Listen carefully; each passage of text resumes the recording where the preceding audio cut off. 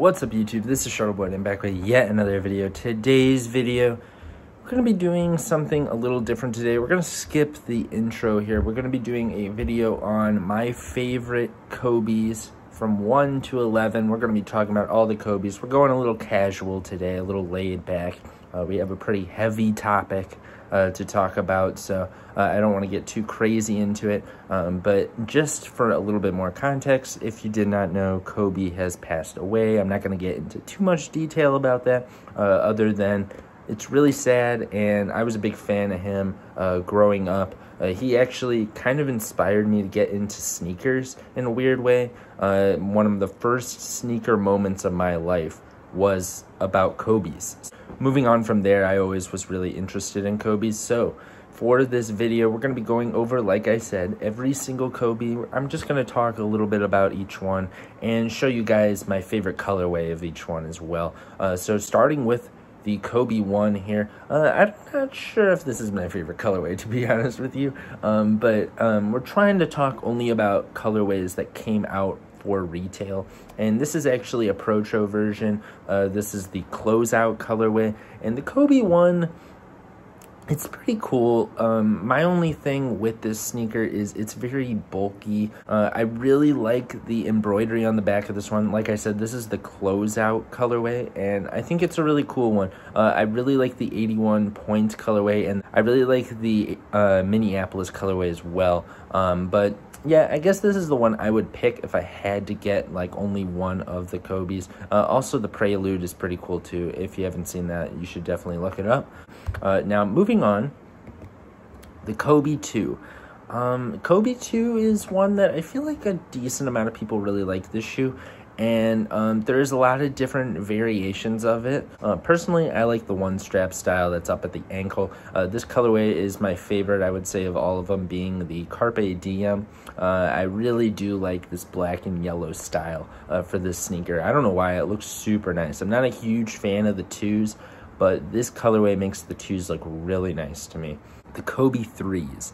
Now, the Kobe 3s, when I got into sneakers, I didn't know anything about these, but when I started reading up on sneakers, learning about every single sneaker, and I went back to look at Kobe's history, when I saw these, I was like, how have I not heard of these before? I don't know why, but I was always a huge fan of the Kobe 3, which is kind of funny because I know that the Kobe 3 is actually one of those that everybody seems to really dislike. I love this shoe. Obviously, if you look at it, it has that waffle pattern that's supposed to be like a basketball net, and it goes on the midsole as well.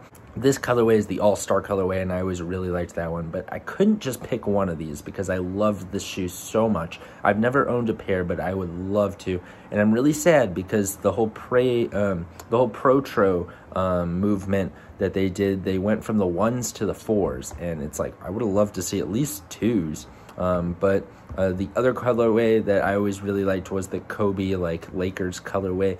I've seen pictures of him wearing that, and I was always like, geez, how have I never seen these?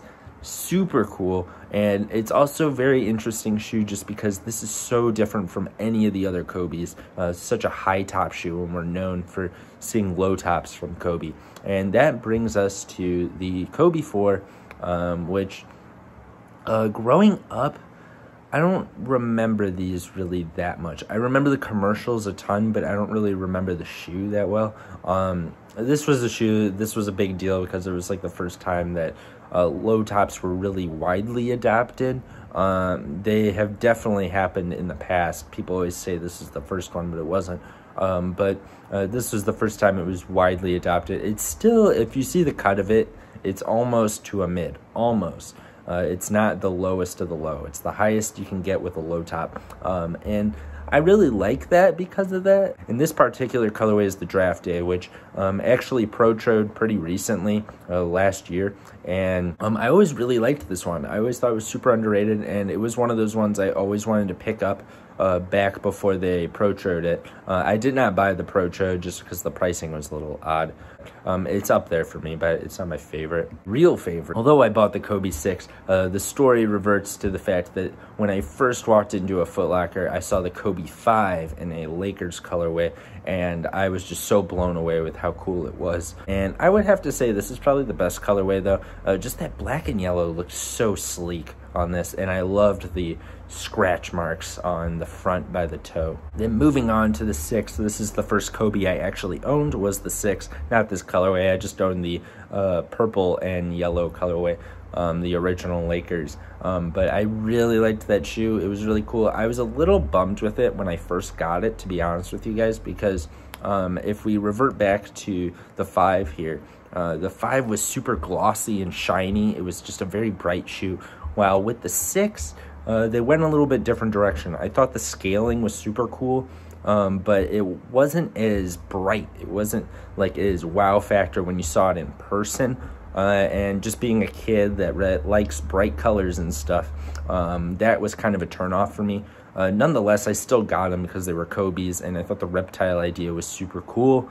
For some reason, I was the only person that was like, I wish I had the 5s, but everybody wanted my 6s. Nonetheless, this is probably my favorite colorway, the Grinches. If I could ever get these, that would just be amazing to own these. But you gotta put the red laces in. This is not the way to move. But yeah, this was a sweet colorway, and this is the most glossy looking colorway of all the Kobe's that I can remember for the 6. And the 7, another very underrated shoe. I remember when these came out, and this is where the Kobe's, I was like, wow, they're really evolving. They went from the 5 to adding the reptile print on the 6, and then the 7, which I don't believe I have an image of it right now, but this shoe, I remember the whole marketing was the Kobe system, and the Kobe system was basically the insole was connected to the tongue, or you could say the other way around, and there was actually another, for the ones that are called the Kobe system, they would come with another insole that had the tongue connected that was actually kind of like a sock that wrapped around your ankle, and I just thought that was amazing. That was such a sweet idea. But there are so many sweet colorways of the shoe. Very underrated as far as colorways. There's a lot of really cool ones, which then moves us to the Kobe 8, which this is the first Kobe that I started, like, when I was collecting shoes, I started collecting shoes. It was during the Kobe 8 period, and this was the shoe that I remember so many kids owning this sneaker. Just a ton, and a ton of colorways too, all around.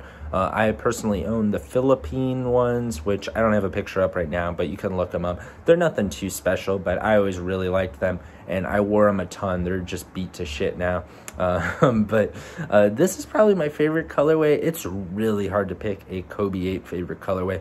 This is the Area 72 extraterrestrial colorway that he wore in the All-Star game.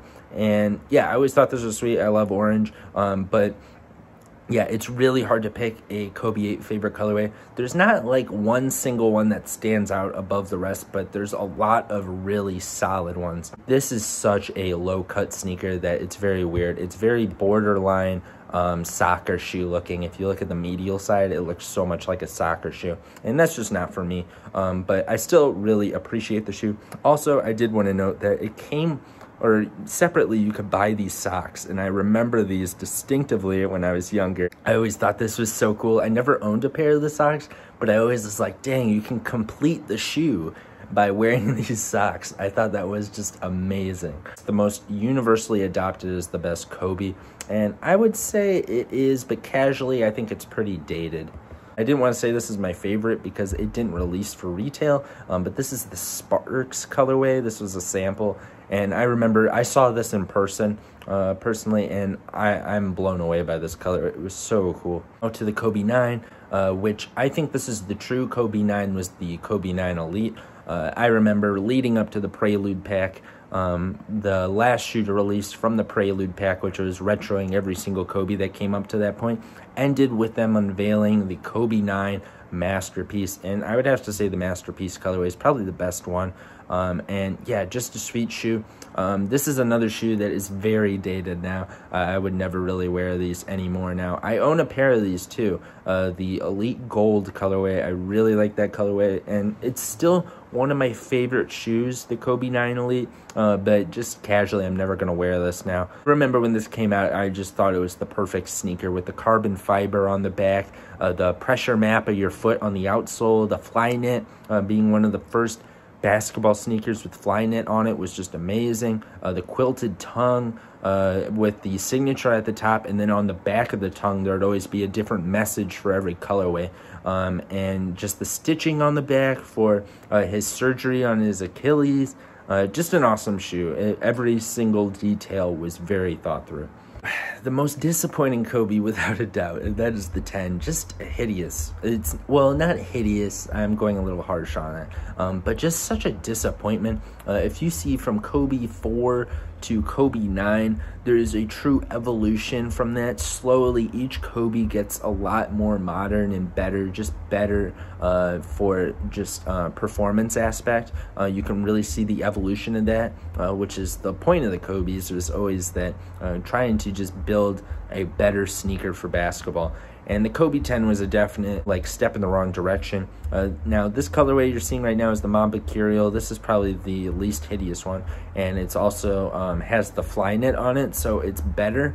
But the first shoe that came out of this was the EM version, or engineered mesh version, the base version, and it had this textile upper that was so stiff, so ugly. And believe it or not, I actually own a pair of the engineered mesh 10s. I own the Easters, and it's an alright shoe. There's nothing wrong with it, but it just wasn't, it didn't hold up to the Kobe name. Last but not least, the Kobe 11.